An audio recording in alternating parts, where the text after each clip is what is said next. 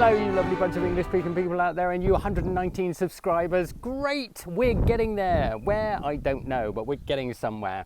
Today's tutorial, today's lesson is on vitalba. Vite or vita, vite could be stem, vita could be life. Alba is morning or dawn, so it could be the dawn of life. That's what I like to think of it anyway, and that's the way I remember the name. Okay, so I'm now going to show you what it is.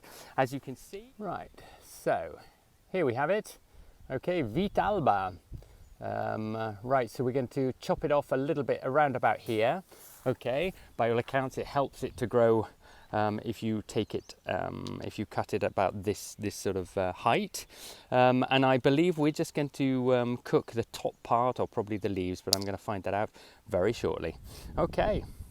Right, so this is about the amount of vitalba that I've got. A few people have told me that that's just enough to do for about 4 or 5 eggs, and some people say 5 or 7 of these, 1 egg. So I'm going to follow the first suggestion, and we're going to go ahead with that. So first I'm going to give them a good old wash, and then we'll carry on when it's time for lunch. This is the vitalba.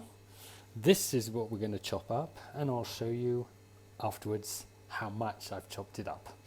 Okay, so as you can see, finely cut. We're now going to place it in the pan. Bit of oil, just like we do a sofrito.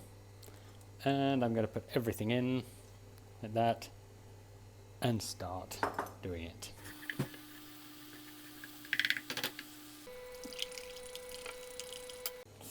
Right, so proof is in the pudding, or otherwise in the omelette. Here goes. I put a little bit of salt on it. You can certainly taste the omelette. The first time I've tasted an omelette in a long, long time.